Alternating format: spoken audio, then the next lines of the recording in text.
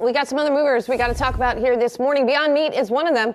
Wow, the stock's only down 0.8% now. I'm a little surprised about that. Following in the announcement that Chief Operating Officer Doug Ramsey will leave the company. Remember, he's the guy who got arrested for allegedly biting a man's nose at a football game, I believe. It doesn't end there, though. Beyond Meat is also reducing. Actually, that's probably not the most important thing. It's reducing its 2022 revenue outlook. That's probably a little more important when we talk about the stock. It's announcing it's going to cut 19% of its workforce. The company had previously talked about cutting some workers.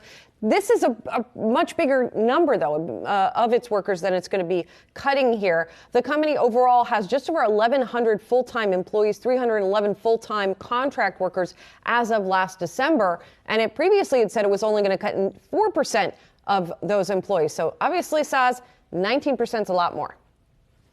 Yeah, and to be full disclosure, I need to think a little more deeper on what's going on here beyond. Now, I'm in these stores. I'm a consumer of this product. I have seen prices under pressure, notably in Whole Foods. I saw their two-package hamburgers selling for $6, and this used to be an almost $9 product about a year ago. So the discounting has picked up, not just for Beyond, but also rival Impossible Foods here. This is a complete reset of the cost structure of this company.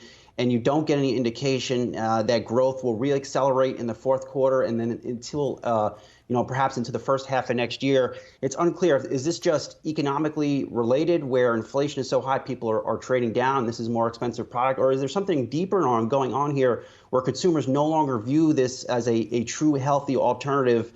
I'm very unclear on it. But again, this is a complete resetting of the Beyond Meat business model here too, and if they're making this move, best believe Impossible Foods is probably doing the same thing. Well, I think here's the thing too. You're seeing a at least deceleration in the number of businesses on the food service front that are adding them to menus. There's kind of been this resetting post-pandemic of what actual menu innovation at some of the food services looks like, and do they need to partner with a Beyond Meat, or is there another strategic play that they do have in order to find a partner that still offers them a more healthy alternative, or is it something that they can source and home grow internally instead of having to go to Beyond Meat, because it is a more expensive product. I mean, I remember pre-pandemic when this was the largest growing segment of their business was the food service, and then they had to shift over quickly into retail service to make sure that they were getting into fridges and freezers. And so now with that back out of food service, that creates another big headwind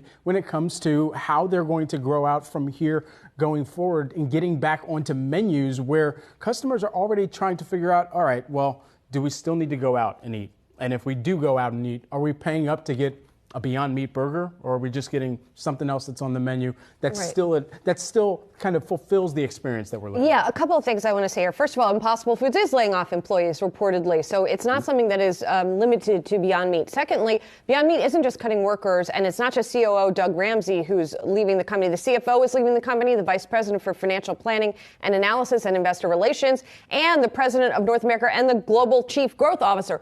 All of those folks are gone from the company as of this morning and that announcement. So that's something to mention. And I think something else that you said is important, the homegrown aspect. I think there's a lot of competition here, both from new entrants into the market and by food service companies, other big food companies that are just making their own version of this stuff. Despite the sort of proprietary edge that initially Beyond Meat and Impossible had, that seems to have gone away.